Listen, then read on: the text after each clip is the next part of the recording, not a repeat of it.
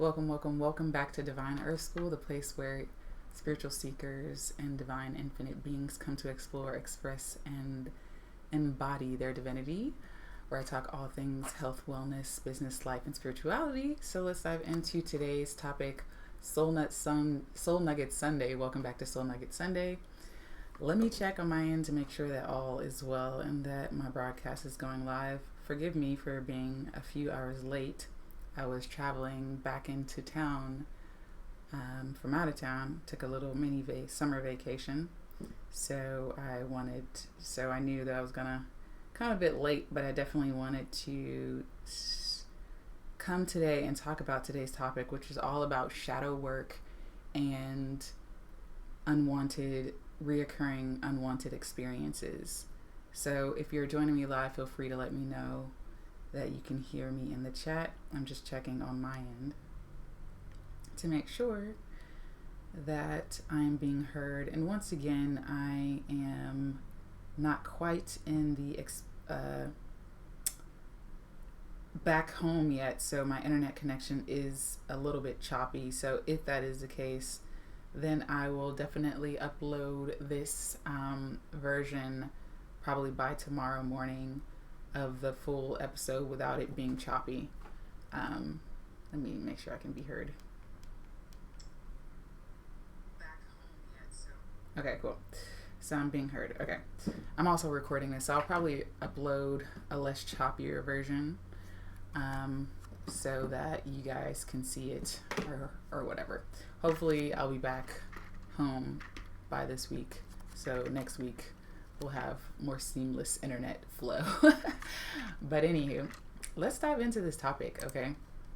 So today I really wanted to talk about shadow work and recurring negative unwanted experiences. And so this is the fifth video in this series of shadow work series that I've been doing. So I wanted to talk about this because this is something that I know past clients have come to me for, something I've journeyed and still am traversing through in my own life. And I wanted to talk about it from the shadow work perspective, also from a spiritual perspective as well, as always. And so let's dive into this, right? Okay, so a few years ago, I basically was a fragment of myself. I lost connection with my heart's true desire and continuously felt stuck, stagnant, and chronically disconnected from my purpose and passions in life, right? I unconsciously created a large ovarian cyst in my body that stayed with me for 4 years. And I was just really plain unhappy, right? One day I had an epiphany that not only was I the root cause of all this dissatisfaction and disease within my body and mind, but I was also the solution.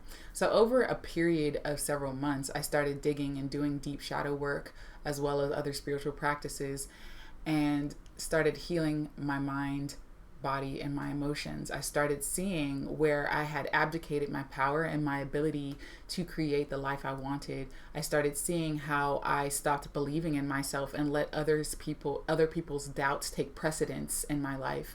I also started seeing how I was blocking my abundance through my not trusting my intuition and my own innate divine passions within me.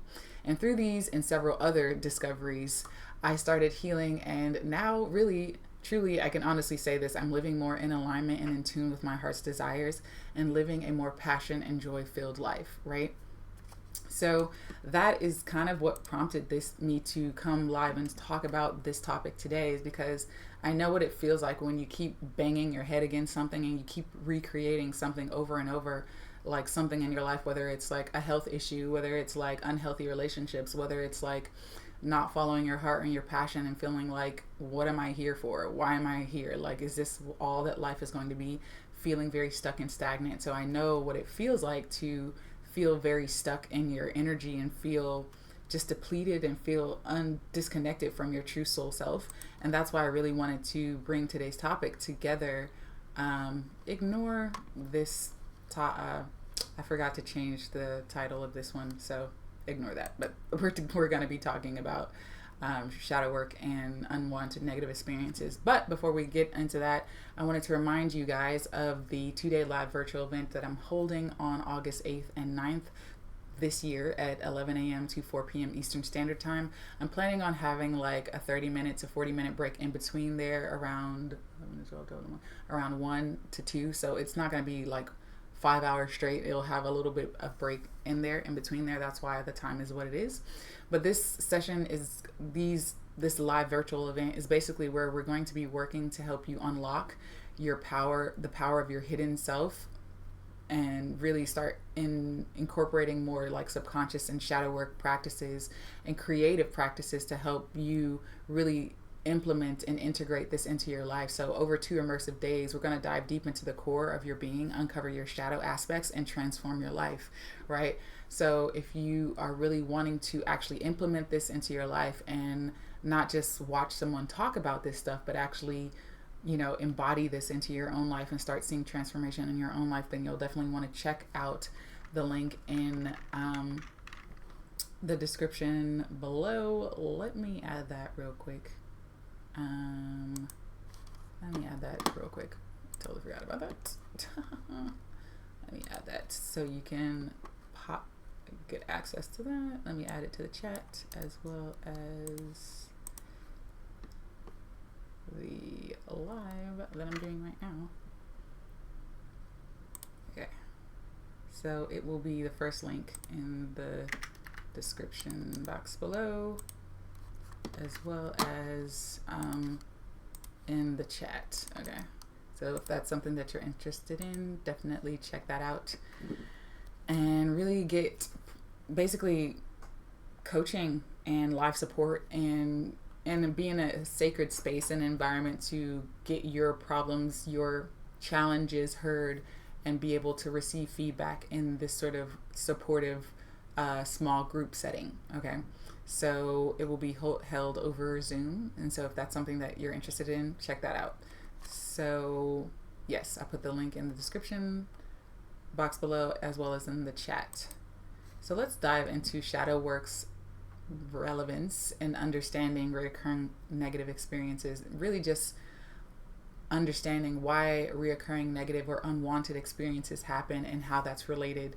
So in today's shadow work episode, I'm going to be covering understanding reoccurring negative experiences, identifying shadow aspects behind reoccurring experiences, addressing and healing shadow aspects.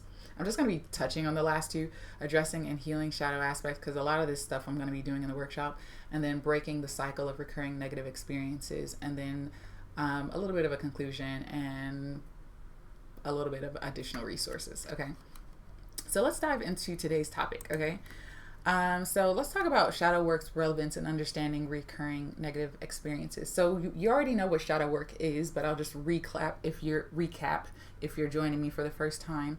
Shadow work is a psychological practice that involves exploring the unconscious or hidden aspects of oneself, often referred to as shadow.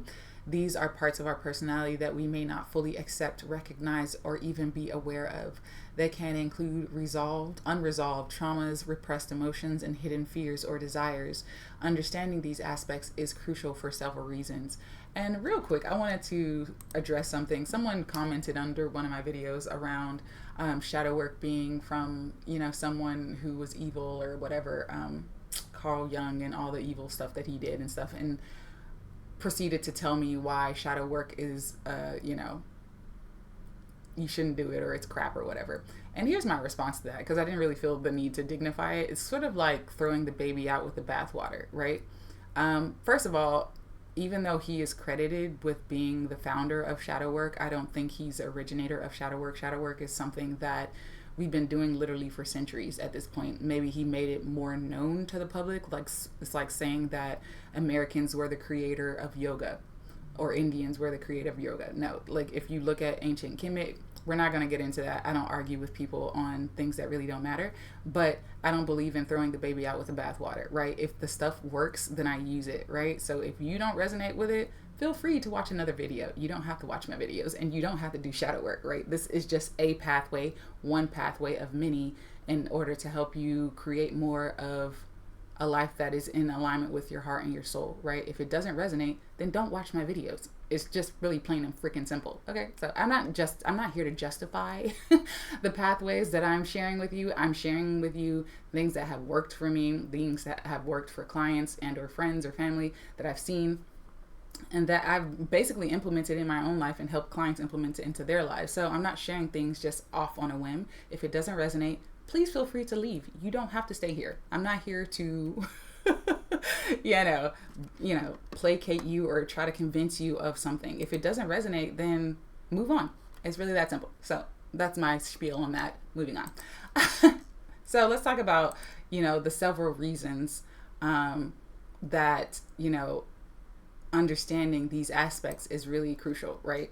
So understanding that when you understand shadow work's relevance in understanding the recurring negative experiences, you understand that it starts to reveal root causes when you do it, right? So recurring negative experiences often stem from unresolved issues buried deep within our subconscious minds, right? And if we know that the universe is mental, everything is, all the universe is mental, right?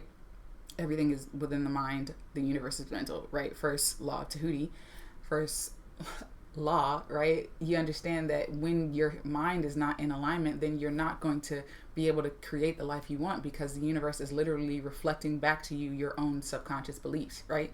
So shadow work helps us uncover these root causes, allowing us to see the patterns and triggers that lead to these repeated scenarios, right? Breaking negative cycles. So by bringing shadow work, shadow aspects to light, we can understand why certain situations keep happening, right? This awareness gives us the power to change our behaviors, responses, and choices, and effectively breaking the cycle of negativity. It also connects you back to what we talked about in last week's episode, which is why you might be attracting certain types of individuals, certain types of energetic forms and stuff like that, that it isn't copacetic or resonant with who you want to be or how you want to live on the planet, right? So breaking negative cycles. Healing old wounds as well. So many recurring negative experiences are linked to past traumas or unresolved emotions, right?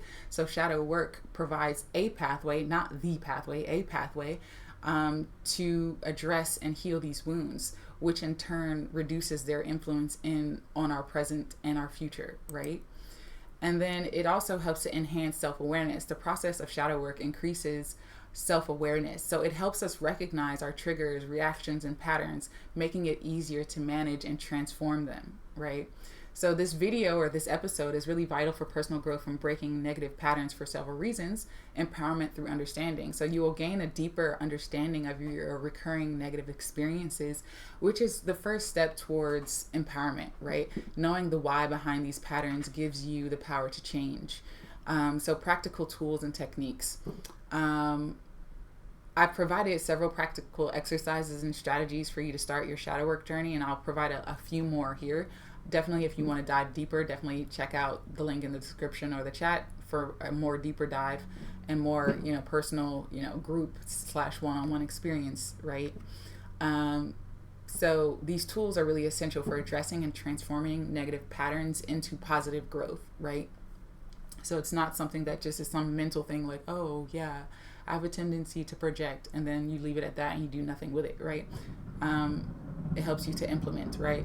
Encouraging self-reflection by prompting you to reflect on your possible behaviors and experiences. This episode fosters a habit of self-reflection. So this practice is crucial for continuous personal growth, development, and preventing the reemergence of old patterns, right? If you've been, let's say, avoiding certain things or self-sabotaging over, let's say, the last 5 to 10 years because of some traumatic experience that happened to you 10 years ago, you're going to continue to do that and play out that pattern until you actually self-reflect and start seeing the self-sabotaging behaviors that happens, right? The behaviors or the thought processes that happen that you respond to, the way that you respond to life and the way that you behave, you'll continue to repeat and play out that pattern and ensue, attract a whole bunch of experiences that might not be in alignment with what you desire to experience in your life because you aren't doing this work, right? So doing the self-reflection and doing that helps you to implement and shift your life, right?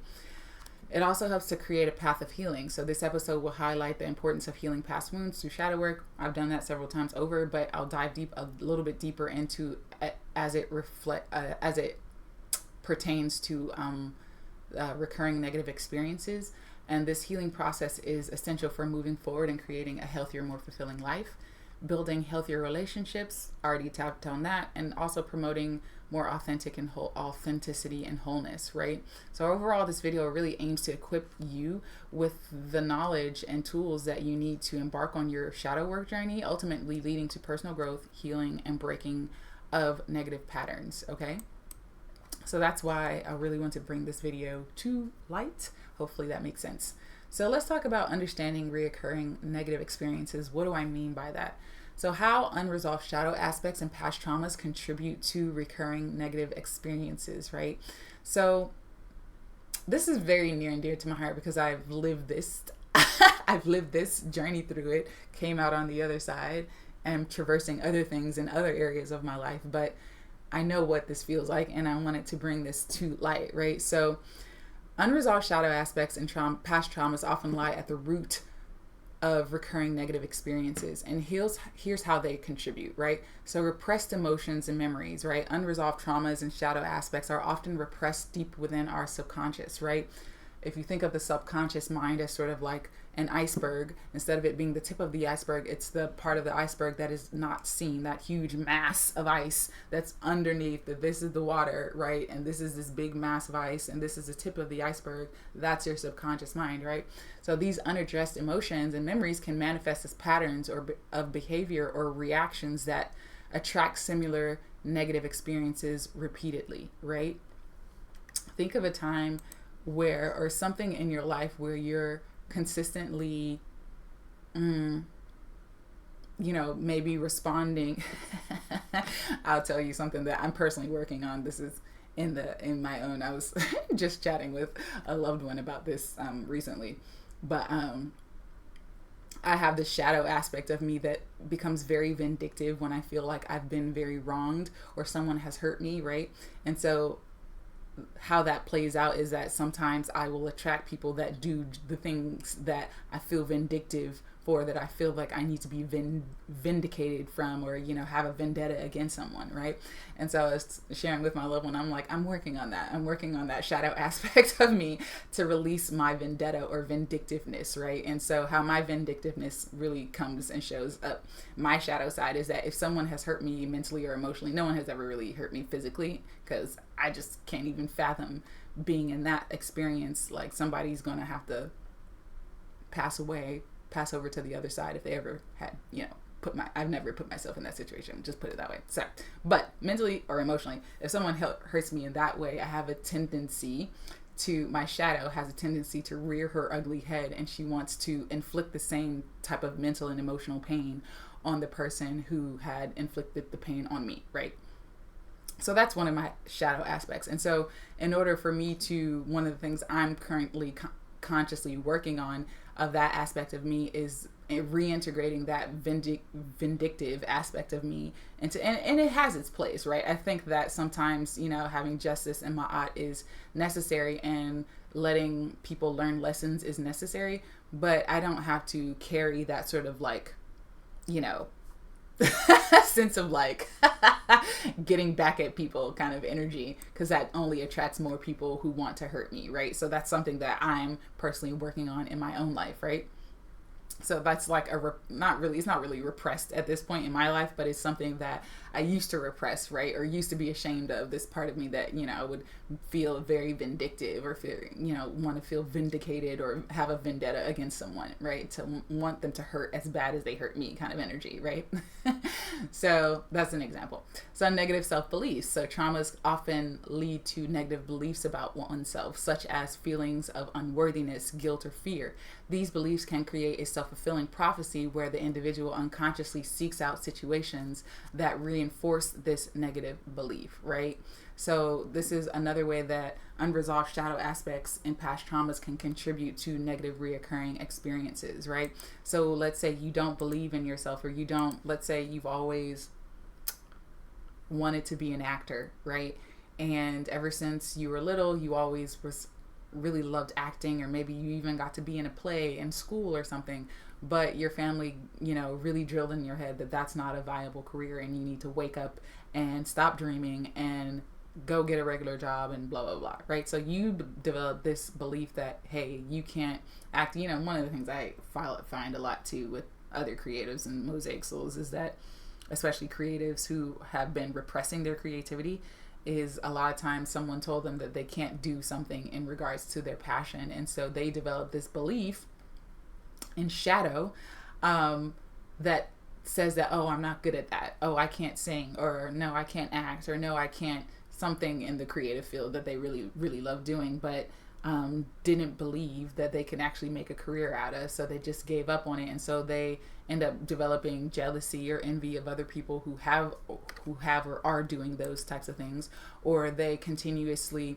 attract people who reinforce the belief that they are unworthy, or that they're not talented, or capable enough to pursue their dreams, right? Yes, Mrs. Nicole, I know.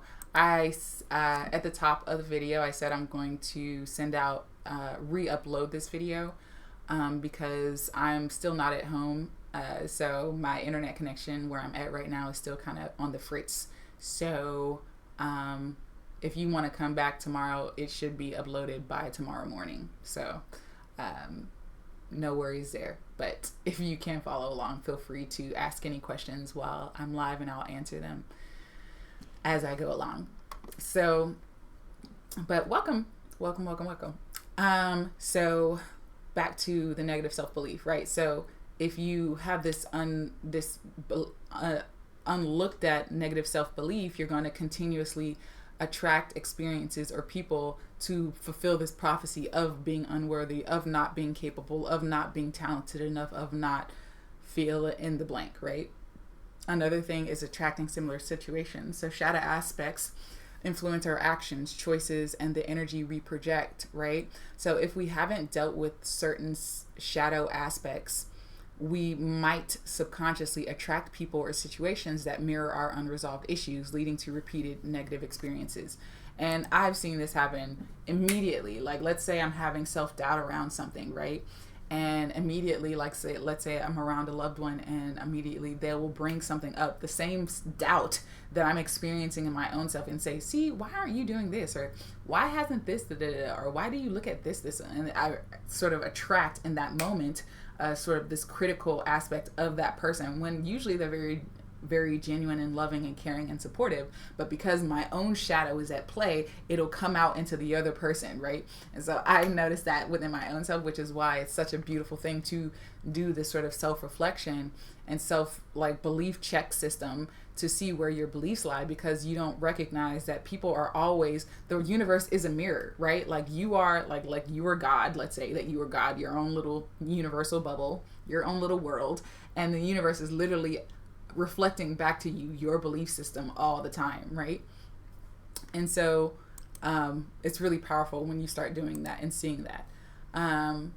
Another thing is behavioral patterns. So past traumas can create specific behavioral patterns, such as self-sabotage, avoidance, or aggression, right? So these behaviors can perpetuate negative cycles, as they often lead to outcomes that reinforce initial trauma, right? Kind of touched on that before already. So avoidance or aggression, right?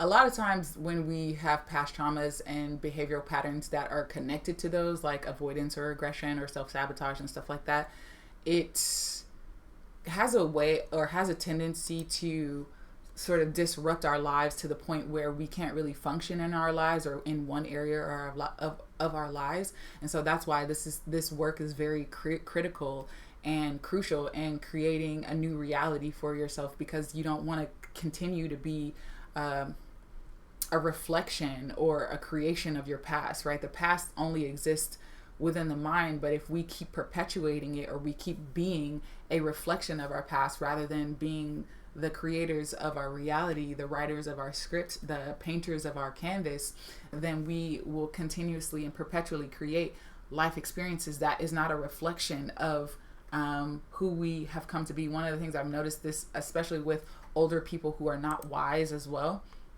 they will have had past traumas, in their lives. And so they keep telling the same stories over and over and over, and they keep becoming like a broken old record because they aren't having new experiences, and they stay stuck in like those neural pathways, and those belief systems that are like ingrained into their neural networks are so deeply ingrained that they're not willing to create new neural pathways and connections, that they keep perpetuating those experiences. So if they had a belief, that, oh, I'm, no one ever listens to me, or, as a black person in America, this is what happens, or as, as a woman in corporate America, you just don't get the recognition, whatever their story is, they'll continuously repeat it over and over and keep recreating those experiences over and over because they haven't started to create a new belief system or shift to a different reality. That's the way I look at it.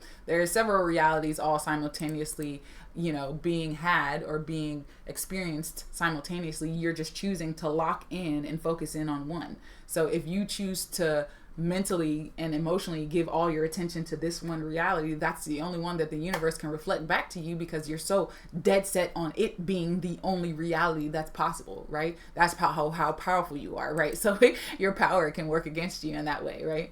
So triggers and reactions. So unresolved shadow aspects can make us highly sensitive to certain triggers, right? So when triggered, we might react in ways that are disproportionate or harmful, perpetuating a cycle of negativity. And if I'll remember, link another video below where I talked about how to be less triggered. And essentially, I think I just talked about cultivating a deeper connection with your true soul self.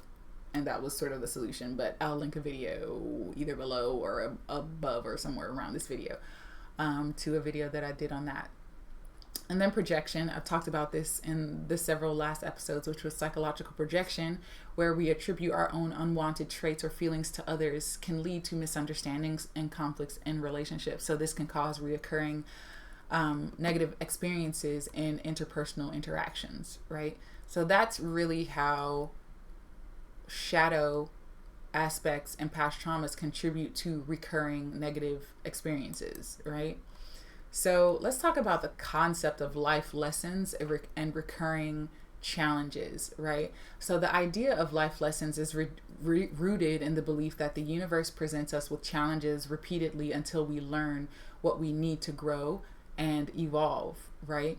And I do and I don't believe in this concept. I do believe in this sense that we are divine creators of our own reality. And so the life lessons that we're here to learn is of our own creation, right? Like our soul knew that we're going to be on this journey, and it knew that we're going to traverse and go through certain challenges. And so in that sense, it feels like a lesson on a human experience.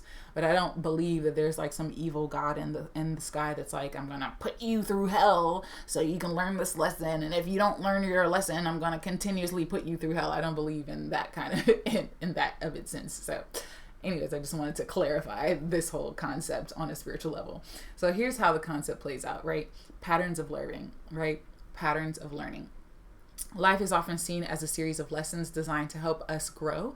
When we fail to learn from these particular experiences, the universe, I don't really believe in this, but the universe tends to present similar situations over and over until we understand and integrate the lesson. How I really see it, though, is really this is just your energy being reflected back to you over and over until you decide to shift into a new energetic frequency. I hope that makes sense. So let me know if that makes sense in the chat if you're joining me live.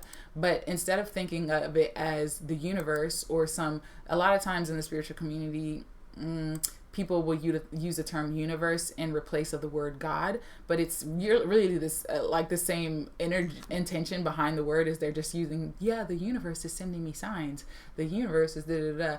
And I think a lot of that has to do with being indoctrinated into a lot of Judeo-Christian faiths, which is, there's nothing wrong.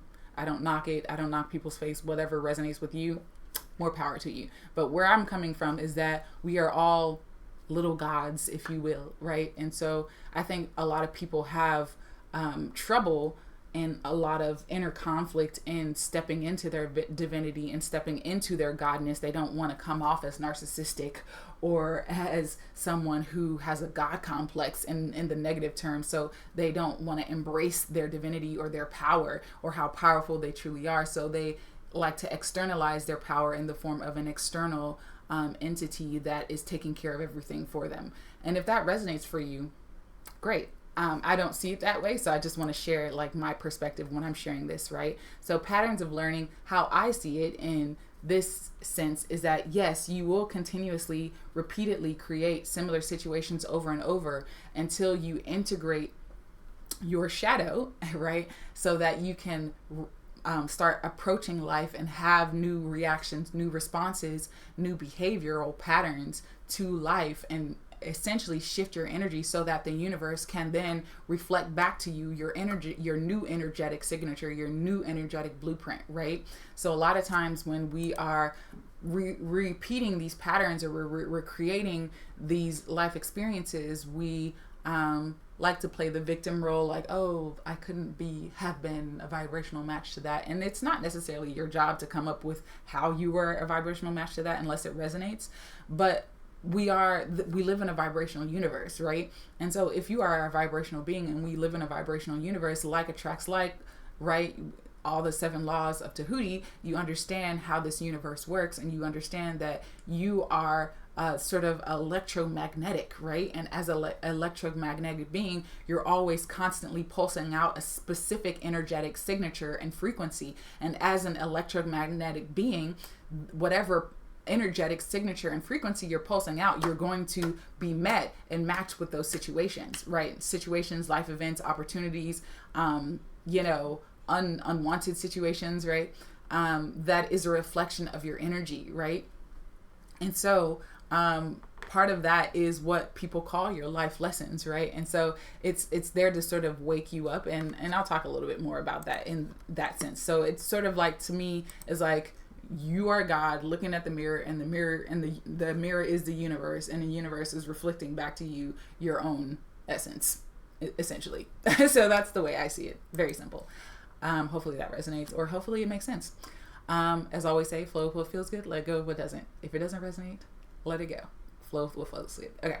Recognition and awareness. So recognizing patterns in our negative experiences is the first step towards breaking the cycle, right? So by becoming aware of the recurring themes and underlying causes, we can begin to address and heal them, right? So when you start to recognize these patterns, when you start to bring awareness to them, they are no longer staying in your shadow. They become more aware. They become a more embodied. You can make them a more embodied and integrated aspect of yourself, rather than this sort of shadow aspect of you that is sort of running amok in your life, And this also creates opportunity for growth. So each challenge we face is an opportunity for growth. Instead of viewing recurring negative experiences as a burden, we can reframe them as opportunities to learn, heal, and transform, right? And that's more like light work, or like understanding of this. Like when you understand that you're a divine infinite being and you are the one creating your own reality, instead of looking at life as this is something that's happening to me and I'm going to play the victim role, and why is this happening to me? You can say, oh, this is actually an opportunity for growth, for learning, for healing, for transformation, right? You start to see that everything is happening for you rather than to you. And when you understand and you start to look at life that way, then you really become the magician in your life, right? Instead of looking and seeing life as this series of events that's happening to you, you see it as something that's happening for you, something that you are, you can say your soul, higher self, divine, infinite beings, your spirit fam, your ancestors, whatever, are helping you to traverse through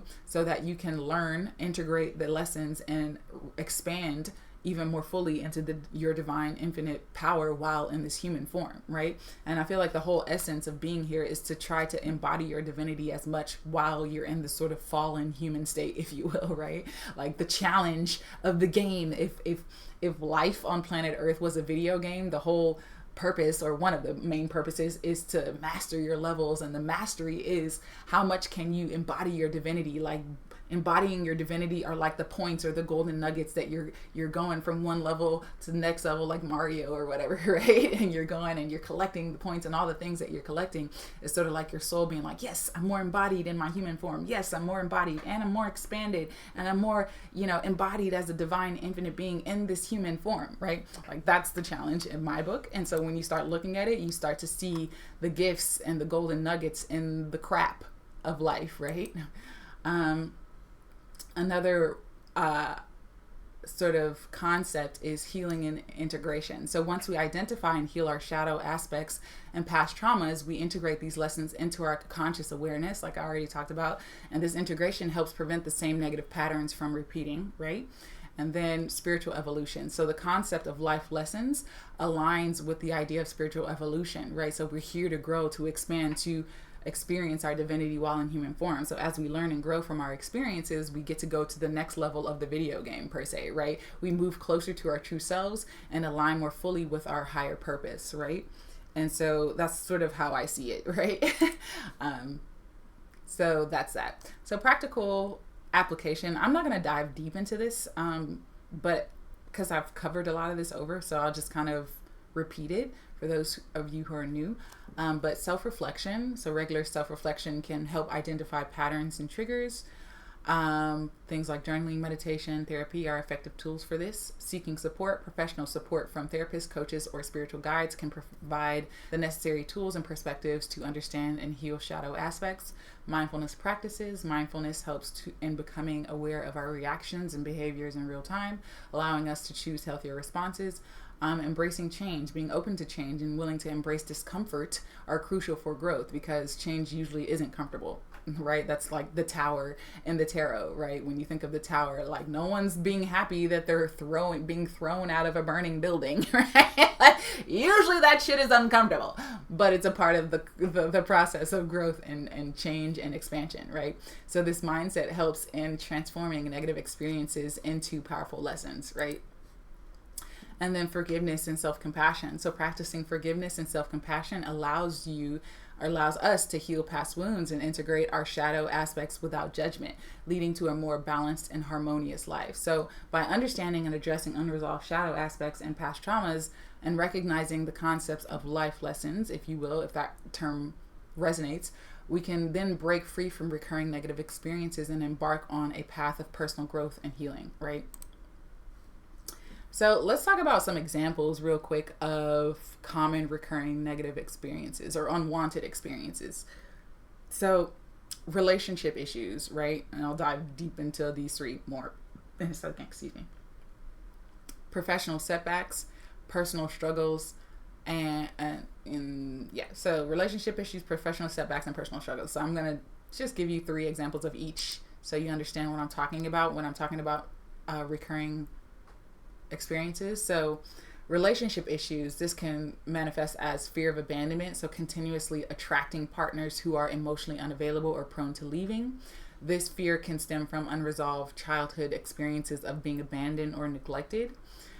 Trust issues, repeatedly finding oneself in relationships where trust is broken, leading to jealousy, suspicion, and control issues, right? So this can be rooted in past betrayals or infidelity in previous relationships or family dynamics, right?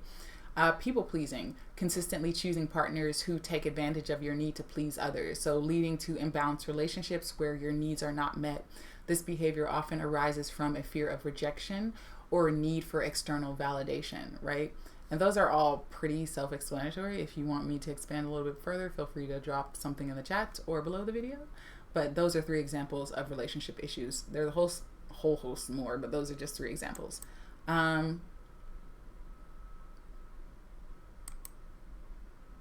Professional setbacks, so fear of success, right? Turning down opportunities or underperforming due to subconscious fear of responsibilities and expectations that come with success, right? This is sort of one of the self-sabotaging behaviors, right? This can be linked to past experiences where success leads to increased scrutiny or pressure, right? So rather than up-leveling and feeling like you have the coping mechanisms to deal with more pressure per se, you sort of abdicate your responsibilities or ability to move up or take on more responsibility because you don't want to deal with the more pressure, right? Authority conflicts, right? Repeatedly clashing with supervisors or authority figures, right? Leading to job dissatisfaction and career instability, right? So these conflicts might originate from unresolved issues with parental figures or early authority figures, right? If you always had an issue with authority, then maybe you find that you butt heads a lot with people who are in authority, and sometimes people just are dickheads and they take advantage of their authority. So that's a whole nother thing. But having issues with people being in places of leadership, right? Imposter syndrome, constantly doubting one's ability and feeling undeserving of achievements, which can result in missed opportunities and lack of professional growth. So this can stem from a lack of self-worth or critical feedback received during formative years, right? If someone says, oh, you're not good at math, or you suck at, creative writing or whatever, and so your job now asks you to start adding these skill sets to yourself, you might feel like you're undeserving of the new promotion or thing and sort of self-sabotage yourself in that way, right? So imposter syndrome, where you don't feel like you're capable or you don't have enough or you know enough, right? And those might be real legitimate things where you don't know enough and you just need to take time to learn, but it doesn't mean that you're not capable. Capability and learning and growth are two different things, right? Personal struggles. Perfectionism. This can manifest as perfectionism, struggling with an unrealistic need for perfection, leading to procrastination, burnout, and never feeling good enough, right? This is something that I'm continuously working on as a recovering perfectionist. This can be traced back to childhood pressures to achieve or criticism for not meeting high standards. For me, mine was totally self-imposed, by the way, but fear of intimacy, avoiding close relationships or sabotaging them when they become too emotionally intense out of fear of vulnerability, right? I see this a lot in I don't want to say men. I don't want to categorize all men as that, but I've seen this quite a lot more often in men than women. But I also see this in women who operate more out of their masculine principle than their feminine. But usually I find like fear of intimacy, where because intimacy, being intimate, is sort of a very like feminine principle where you feel safe to divulge your emotions, divulge your deepest, darkest secrets, feel safe, like you have a safe haven to be yourself without feeling shunned or being attacked or whatever, abused, right? So this fear that often originates from past experiences of emotional hurt or betrayal. So fear of intimacy can happen for both men and women. It's not like a gender thing, but this is another sort of unwanted recurring experience that can happen, right? Where you continuously attract people who emotionally hurt or betray you, right? Where you tell a friend a secret and all of a sudden the whole of the plaza knows your secret, and you're like, look, I told you this in secrecy, why didn't you keep, right? So like being hurt like that can cause someone to become closed down and not want to get close or feel uncomfortable with being intimate with someone in an emotional, mental way, right? Addictive behaviors, repeatedly turning to unhealthy coping mechanisms such as substance abuse, overeating, or compulsive behaviors like being addicted to your cell phones, which I feel like all of America, all of the westernized society is. I was at the airplane. I'll finish. I'll come back to that in a second. But I was at the airport earlier this week, and I sent a picture to my loved one of like the whole airport, and everybody, when you looked at the picture, everybody was literally like this the whole time at the airport. Like mostly, you see a few like families talking to each other a little bit off and on, but all the children, all the adults were all on their phones literally the whole time. And I was like, everyone is seriously addicted to their phones. Like, this is not healthy. Like, what happened to just being bored or reading a book or like playing tic-tac-toe, or I don't know. Yeah, it's just hilarious. But addictive behaviors, right? So these behaviors can develop as a way to avoid facing unresolved traumas or painful emotions, which I think is like the double-edged sword of the cell phone. Like, I feel like cell phones are such a beautiful way to tap into infinite knowledge with the advent of the internet and sort of this akashic manifestation in human form with the internet. But it's also this sort of this backhanded like double-edged sword of creating this this nation of addicted people on cell phones, which I think is mildly funny. But anyways, off topic. Back to the topic at hand. So let's talk about identifying shadow aspects behind recurring experiences. So here are some questions that you can jot down. Feel free to take a screenshot or write these down. But what emotions do these recurring situations trigger within me, right? So ask yourself, when you're feeling triggered, or when you feel dense emotions. And dense, when I'm talking about dense emotions, I mean emotions that feel heavy, emotions that feel like you don't want to be feeling them, right? Emotions that feel like, oh my God, anger, jealousy, rage, disappointment, dissatisfaction, loneliness, whatever. The gamut of lower, denser frequencies. I don't like to say lower, because lower denotes like it's bad to have them. They're not bad. They're just energetic frequencies, right? They're not good or bad. They're just energetic frequencies. So what do these emotions, recurring situations trigger? What emotions do these recurring situations trigger within me, right? So if you have a recurring situation that's unwanted, usually wanted recurring situations we don't have a problem with, right? Because you ain't thinking about it. You're not thinking about, how can I get rid of this awesome, great abundance or this wonderful relationship that I have. We're not usually thinking about getting rid of the good things in our life. We're usually trying to think about the things, how to transcend or traverse things that we don't want to be happening, right? So what emotions do these recurring situations trigger within me? What patterns or behaviors do I notice repeating in my life, right? Do I have a tendency to self-sabotage? Do I have a fear of intimacy? Do I project onto others? Do I keep manifesting a specific health challenge? Do I keep attracting specific types of bosses or colleagues or friends or whatever? What are the patterns or behaviors do I notice repeating in my life that are unwanted, right? How do I typically respond to these situations? Am I blowing up? Am I having, aggression or those types of behaviors? Or am I shutting down? Am I going into flight mode where like my whole nervous system shuts down and I just become sort of a fragment or a shadow of myself, where I'm not even online and I'm not playing the main character of my life and standing up for myself where I need to be? Or am I too overly, like in people's face, or like whatever? Like, how are you responding to these situations, right? What past experiences or traumas might be connected to these recurring situations, right? So these are questions where we're unearthing the root. We're unearthing the subconscious stuff going on. We're unearthing the deeper part of the iceberg, right? In what ways do I contribute or perpetuate these negative experiences, right? What belief systems, when you think about contributing or perpetuating, usually it has to do with belief systems, unlooked at emotional pain, or, childhood wounds, unlooked at traumas, right? Like adult or childhood traumas where someone really crossed the boundary, or violated you in some way, mentally, emotionally, or physically, whatever trauma it is, right? Wasn't there for you, whatever whatever way it manifests. In what ways do you, this is where you're kind of stepping in and taking control of the reins. And this, I'm not encouraging you to go into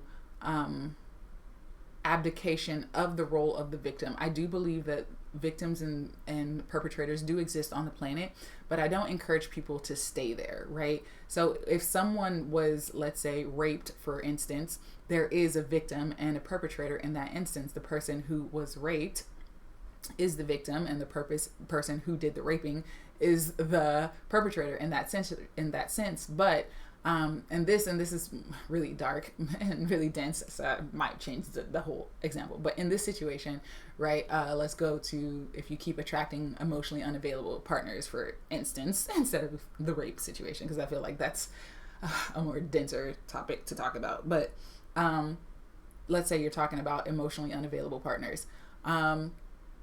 What ways do you contribute or perpetuate these negative experiences, right? Do you have the sense of abandonment or fear of abandonment? Do you have a fear of intimacy? Do you, did you struggle with feeling not seen or heard, or unworthiness, or you felt unlovable or whatever? What are these inner shadows within you that is playing out that you might not have seen, right? And then another question is, what beliefs about myself or the world might be underlying these recurring issues? So when you look at yourself, what are my beliefs about myself or the world at play in large, right? That actually might be perpetuating these situations, right? If I believe that the world is not safe, if I believe that I'm a Black American female and it's not safe for me to be myself in wherever I'm at, then what kind of situations do you think you would attract as a result of that belief system? There's nothing wrong with it. I say, every life experience is truly valid. No matter how dark or gruesome it is, it's valid in the sense that it has a right to exist because it exists, right? But you, as the magician, have the ability to shift your beliefs about yourself and about the world and create a newer version of you, a new belief system that is more in support of who you desire to be, right? And then, so techniques to uncover shadow aspects. Like I said, I'm just going to tap into I'm just going to share with you what they are. I'm not going to dive deep into them into this video. If you're more interested in that, then definitely check out the link that I shared in the chat below or below this video. And we'll actually dive into doing this work. But they are working through journaling prompts to explore deeper feelings, like some of the questions I shared, but even deeper, and past events that may be influencing current patterns. Meditation practices to increase self-awareness and connection with hidden parts of yourself, right? Also, meditation practices to allow yourself to feel, right? Which is not polyvagal. Why is somatic experiencing, where you're allowing the body to feeling the soma, which is the body feeling the emotions, the feelings, sensations in the body. Practicing certain rituals, right, that allow you to clear energy, to rid yourself of energy, to attract more of a specific type of energy, right? Usually we're in the vibe of pushing things away or grabbing onto things. So it's usually whatever ritual you're doing is to either attract more of something that you want or push away something that you don't want. So usually choose your ritual in that aspect.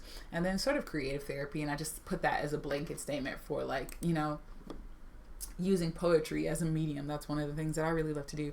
Writing songs as a medium, doing art, that's another medium, all the ones I just mentioned, dancing, utilizing creative expression as a way to heal and tune into your trauma. When you're feeling denser frequencies, sometimes one of the things I really love to do is just move my body. Sometimes me sitting and doing meditation and focusing in on the energy and doing somatic experiencing isn't enough to move the energy. It feels too frequent, too heavy or too dense. And so me moving my body and moving that energy out of my body is way more effective in that instance, right? So utilizing creative therapy or creative therapies to help heal the shadow, right? Or reintegrate it, right? And so addressing and healing shadow aspects is exercises like inner child work, role playing, which I talked about, I think, in last week's episode. So check that out. And then therapeutic practices, which is, seeking professional help, such as therapy, counseling, or coaching, and working through deep-seated issues. If that is something that you're interested in, then visit us at divineearthschool.com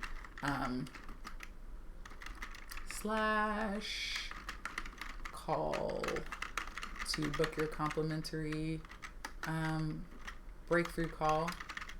If you are just looking for one sort of spiritual session, then visit us at divineearthschool.com /align to book your session. Okay. And then self-compassion and forgiveness, which I already talked about, to heal and integrate shadow aspects, right? And so lastly, I want to talk about breaking the cycle of recurring negative experiences, right? And here's some practical steps, right? I'm not going to dive deep into this, but I'm just going to tap onto it like I talked about in the beginning of the video. And that is, first one is setting healthy boundaries to protect yourself from harmful patterns and influences. So if you are, let's say, in relationships that are imbalanced, establishing healthy boundaries so that you can start to regroup and regain control over your energy, your responses, your patterns, your behaviors to life, right? And then developing new habits and responses that align with your healed self, right?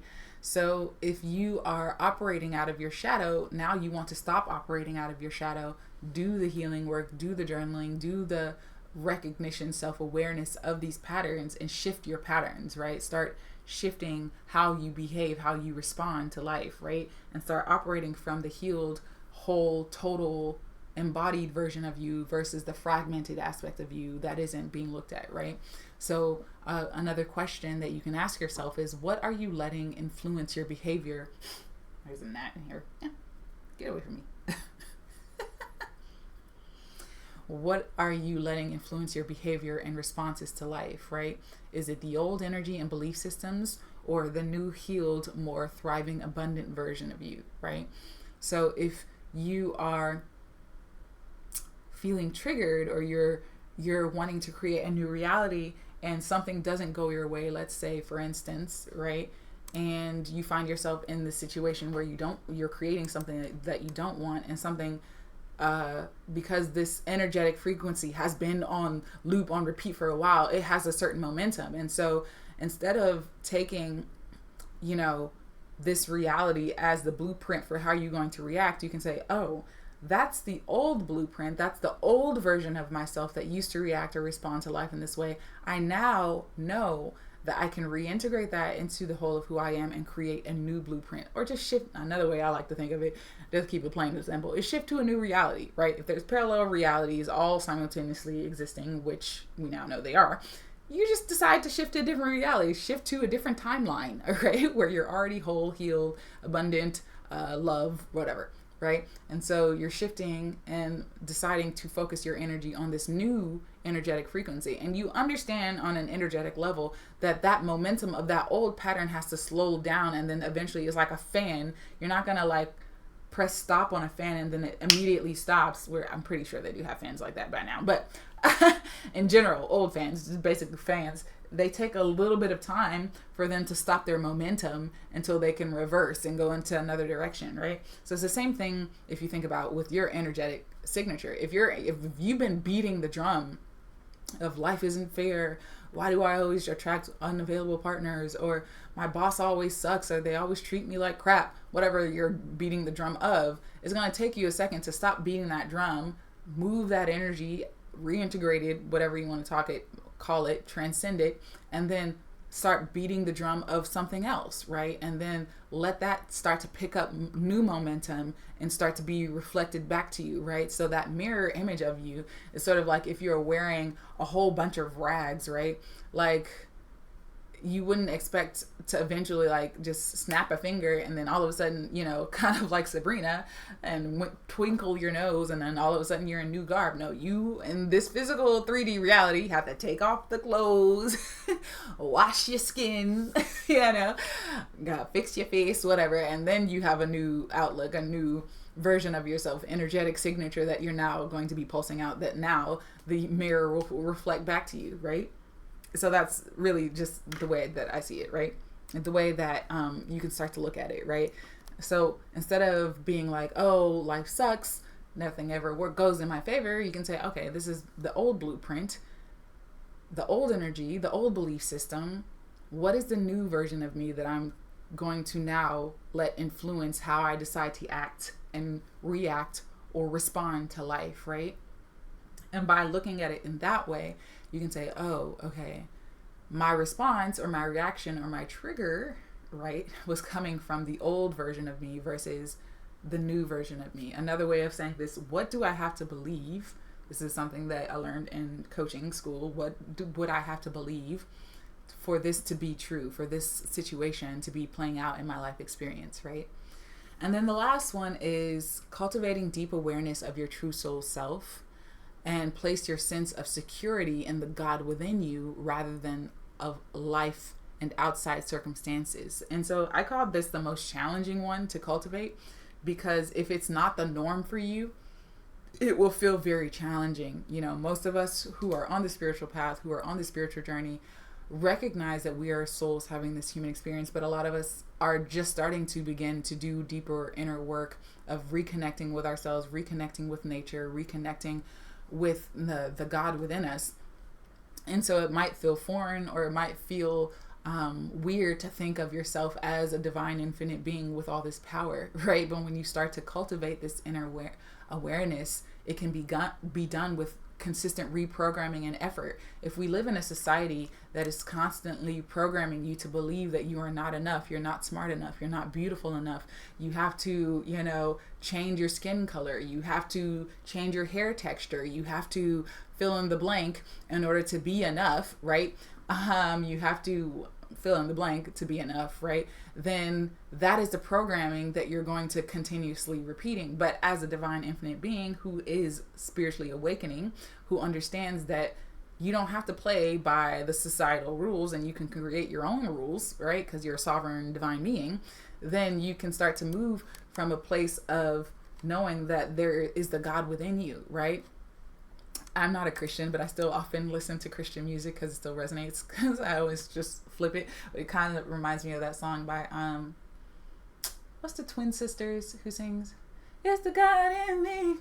Hey, it's the God in me. You think it's so fresh. You think it's so, you think it's so, it's the God in me. Right? And so it's like looking at life in that way, starts understanding how powerful that you already are, right?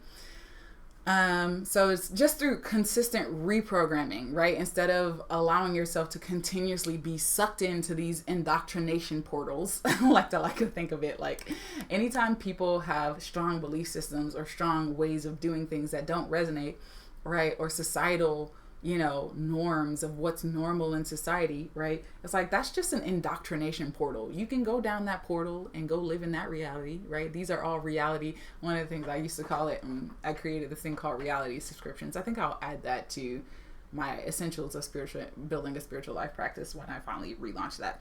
But it's like this whole exercise of understanding that every reality is an option, right?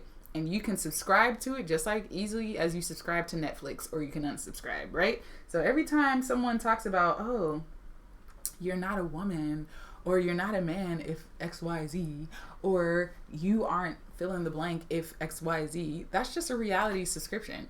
You are a divine sovereign being having this human experience, and you can create a reality that is in resonance with you, right? As long as this is like do no harm, right? You're not harming other people and you being the divine infinite version of you, right? But it's that essence of understanding that it's generally a reality subscription. So do you want to subscribe to this reality? Is that reality serving you? Are you getting what that reality promised to you and more? Or is it just underserving you or programming you or indoctrinating you into a belief system that has you act as less than you already are, right? And so asking yourself these kinds of questions help you to wake up out of belief systems that no longer serve you, right? And then so long-term strategies are just consistent shadow work practices to maintain self-awareness and prevent reemergence of old patterns, right? Because let's say you get to a level of mastery within your life, right? And of over a certain thing, right? Let's say over your health or over relationships or whatever, right? Or over money or whatever. Usually those are the big things: relationships, health, or money, right? That people are always looking at. But let's say you master one of those three, right? Doing consistent shadow work and stuff is necessary. It's sort of like maintenance on a car, right? Like you don't, oh, I got an oil change in 2012 and I'll never need another one ever again. Yeah, that's not how that works. If you gonna drive the car, you gonna need to maintain it, okay? It's just life on planet Earth, regular maintenance, right? And then creating a support system of friends, mentors, or professionals who can provide guidance and accountability. Another one that I forgot to add to this slide is just making sure that the type of media, the type of content, the type of books, the type of things that you're consuming is in alignment with who you desire to be. I remember I was talking to my mom about this the other day, and let's say one of her loved ones has a tendency to complain about men or, really want to fall in love, but all the content and types of media and movies that she watches is all about men doing wrong to women, right?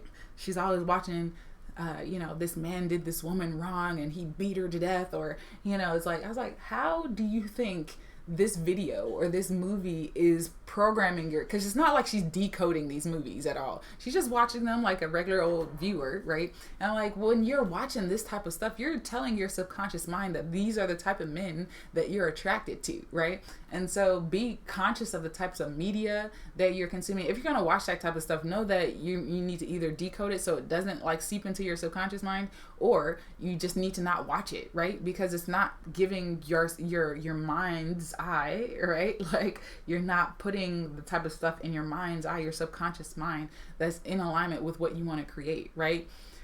So just be conscious of the type of media and things that you consume, and make sure that it's in alignment with who you want to be, right? Don't watch a bunch of, killer movies if you want love, joy, and peace and happiness, right? Like that's not really the type of content, unless you're going to decode it for like hidden messages or something.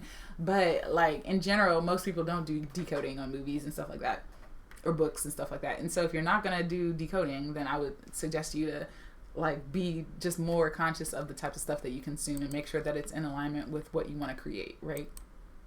And so that's that. So one of the resources that I wanted to share with you, if you're just joining me, is my shadow work masterclass called The Art of Becoming Whole, that is happening on August 8th and 9th from 11 a.m. to 4 p.m. with about a 30 to 1 hour break in between there. And we're going to be diving deep into the shadow work. We're going to be doing some creative exercises together and having some sort of hot seats and getting all your questions asked, and really dive deep. And it includes a workbook, it includes the time together, and it also includes the recordings and a Q&A session for those of you who have questions and stuff like that in regards to your specific life situations and stuff. And all that will be housed in Divine Earth School's online portal. So definitely visit us at the link here to sign up, and the first link in the description box below. It's also in the chat if that is something that interests you. And also check out our other shadow work videos. At this point, we're in video 4. Whoop, whoop. And the first one we did on intro to shadow work. The second one we did on understanding and identifying your triggers. The third one we talked about relationship harmony and how that is connected to shadow work. And then the last video we talked about energy, vampires, and dark forces, right? And shadow work. And so if that is something that you are interested in, then check that out. If you are joining me live, feel free to ask me any questions. I don't know if the chat is working, but I will definitely have this video. Well, I know the chat is working, but I know my video has been choppy. But I'll have this video uploaded probably by tomorrow at the latest. If it is choppy, I'm gonna have to go back and look at it. But I did see that one of our special lovely family members were saying that it is freezing. So I'll definitely upload this after. So as always, flow with what feels good and let go of what doesn't. I hope these, because you are divine. You're a divine being, and your soul knows exactly what you've come to explore and experience while on this planet. I hope this series has been enlightening, has been helpful, has shed some light on this process and given you some tools. And if you are looking for more support in that, definitely check out the first link and join us for the virtual live event. And I hope this has been helpful, and let me know if you guys have any questions in regards to this. Put them in the video comments below, and I'll try to answer those as quickly as possible. Excuse me, there's an alarm going off. Anyway, but so I wanted to say that I think I covered everything. Yeah. As always, remember, what you conceive is what you'll receive, what you expect is what you'll get, and however you feel is what will become real for you. So vibrate higher, and I will chat with you guys next week. Talk to you later. Peace, love, and light.